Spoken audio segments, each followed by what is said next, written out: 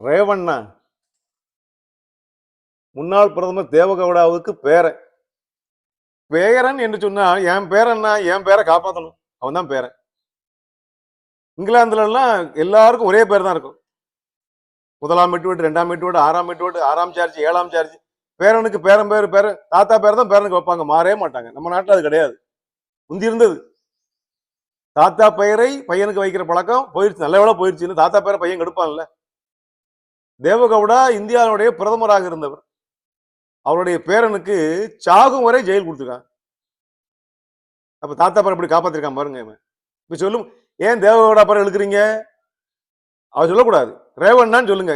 எல்லா பத்திரிகையிலும் முன்னாள் பிரதமர் போட்டுதான் போடுறாங்க. என்ன இந்த பேரன் தாத்தா பேரை கெடுத்திருக்கான் அப்படி.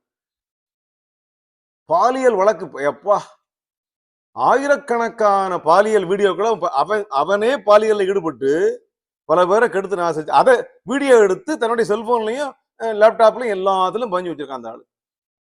இது 10,000 19,000 சொல்றாங்க. 19,000 வீடியோ இருந்தா எத்தனை பேரும் பாழாக்கி இருப்பாங்க.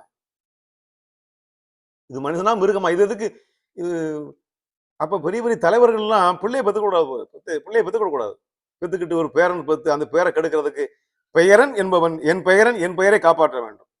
ஆனால் பெயர்கள் தாத்தா பெயரையும் அப்பன் பெயரையும் கெடுத்துக்கிட்டு இருக்காங்கிற போல இந்த இருக்குது.